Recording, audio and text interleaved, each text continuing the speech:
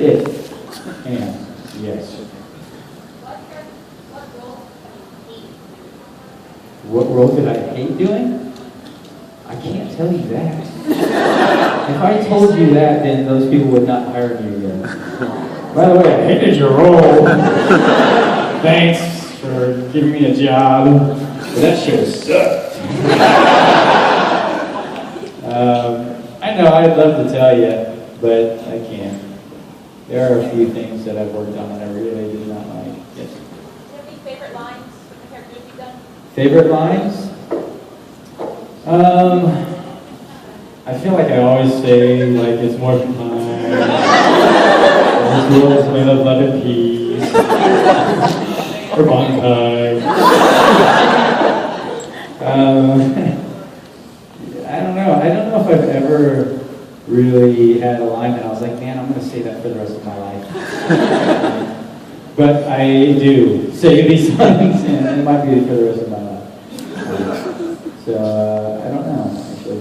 My favorite line would be, yes. How was New Zealand when you filmed Power Rangers, Once a Ranger, Always a Ranger? What was it like? Yeah. I went back to Power Rangers for Overdrive, and I like how you try to play that off. Like the phone, you didn't even make eye contact. You're just like, shut up, fool! It's all good, don't worry. But yeah, I went back for Overdrive, and it was being done in New Zealand, and that was pretty cool. That was the first time I'd gone to New Zealand at that point. But it was weird, you know. It's like I had seen like, you guys know Dan Southworth? Some of you, yes, 2 of you, okay. The two of you that are in Power Ranger costumes, right? But yeah, but he was like one of the other Rangers, the Quantum Ranger, and their season was really good. And it was well acted, I thought, and it had like stories. And I was like, wow, this is like a different show. And so I thought that I was going back to, to work on Overdrive. I thought, man, this is gonna be kind of cool because they're gonna have like I'll get to act, And, like I was terrible back then. I didn't know what I was doing half the time. And now I kind of know, and then I was like, cool. And I saw the script and I was like, never mind. And so, I mean, basically I just changed a lot of my dialogue so that it sounded natural. I was like, what would I be like? I mean, this is Adam 13 years later. He's got to be a little different, right? Yeah, but they did make me say more phenomenal, yes. Yes. What was your most favorite prank, the shit you did prank ever pulled that wasn't on me? That wasn't on me? We were shooting a movie. And I don't know if it's my favorite. It's the only one that's coming to my mind right now.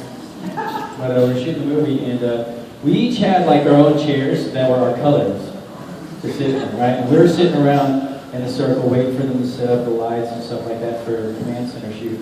And Jason had gone off to the bathroom. And we also had these cots for us to sleep on that were our colors. And he was Red Ranger, and he was asleep already. And he was, because we were shooting at like 3 in the morning or something like that. And so anyways, Jason comes back, and underneath because those suits were like heavy rubber suits, so we weren't wearing them offset. We had just like spandex that were our colors. And so we were just that in a robe, and then Jason comes back out of the bathroom with his robe, and he turns around, he's like, check it out, guys. He like cut a hole in the back of his spandex, so he went to the bathroom. And I was like, that is gross. Why did you show us that? We were having a good conversation. Now all I can think about is you pooping in your seat. So anyways, that was on my mind. And then I was like, and I couldn't, I don't know why I said this, but I looked over at Steve sleeping, and I was like, hey, why don't you go sit on Steve's face? It was just like I was just saying it. It was too late, I wasn't even thinking. And then this was like, I was like, wait, is he really going to do this? I don't know if I can stop him. And so he like walks over, and Steve's going downstairs. Peacefully sleeping. Jason goes over. Steve's just like this. I'm like, whoa, he's really tired. And Jason's like, wasn't satisfied. Kind of does like this. And then Steve just... and it was gross. And kind of funny, and then Steve didn't like it, obviously. And then Jason, when he woke up and we were on set, Jason was like, "Man, do you guys smell that? What is that?" Steve was like, "Man, what is that?" Poor Steve, that's not cool. I mean, it's partly my fault, but I didn't do it.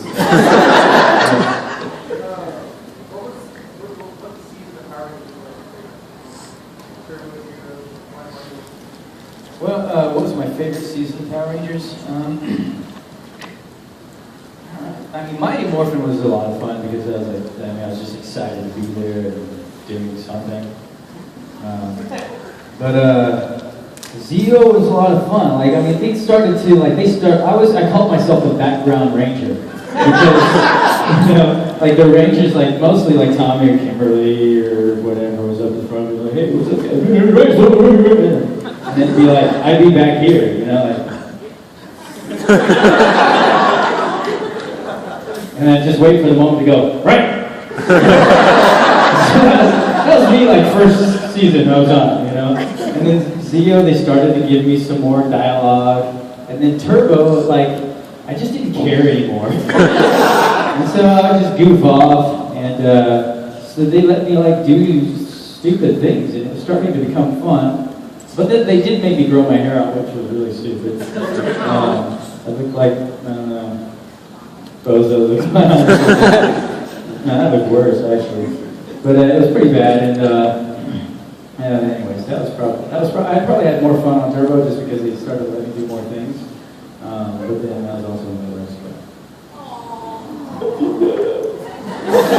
But, actually it's weird how they did it too. Like, they didn't tell us. They didn't tell us, like, the makeup ladies, like, showed us the newspaper, like, look at the new Rangers. It's like, oh, that's like the same ad I saw when I was I see what's happening here. Yes. How did you find all your bandmates? Craigslist. No, Maurice, I actually met Maurice at this church in Reseda, and he's been with me the longest. Polo, we met in Idaho. He was playing, do you guys know Stephanie on this?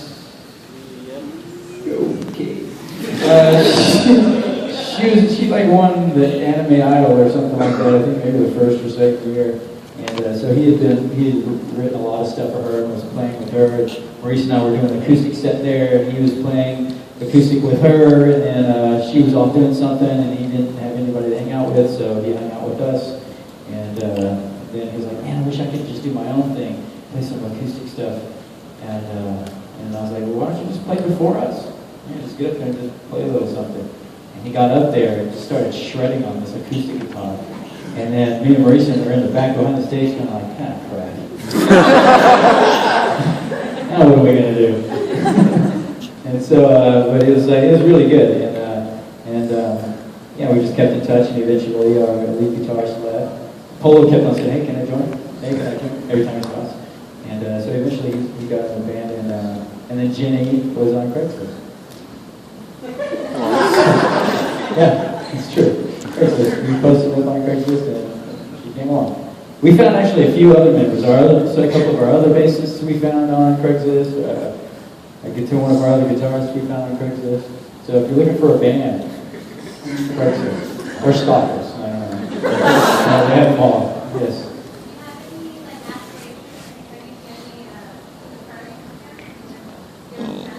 I mean, the question was, do I basically want to go back to Power Rangers, or I don't really care. I don't, it's not like, I don't know if, they did the reunion thing, and they sent out like emails to everyone just to get everybody's contact. They weren't, and I thought, oh, are they going to invite all of us? But they didn't invite all of us. I wasn't invited. They just wanted the contact just in case somebody turned it down or didn't want to. And And so, to me, I was like, yeah, maybe I would go if there's a lot of other people going, you know. I guess it would depend on the circumstances. But I don't really care. I think I've done my Power Ranger time. It was fun though. Was piggybacking off that question, was Saban Entertainment really that much of a detractor to the way that caused to not wanting to return back or stay with anyway? Here's the thing. When before Power Rangers, I worked at Subway. Oh wow! Eat fresh, right? I was a sandwich artist, so I could make a good sandwich.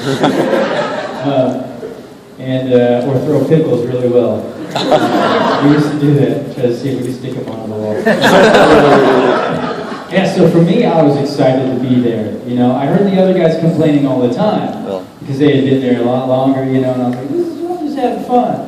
But then things started to get kind of weird, and you start to see where you're getting screwed, and you start to hear how you're getting screwed. You know, and then it just everybody just got rubbed the wrong way.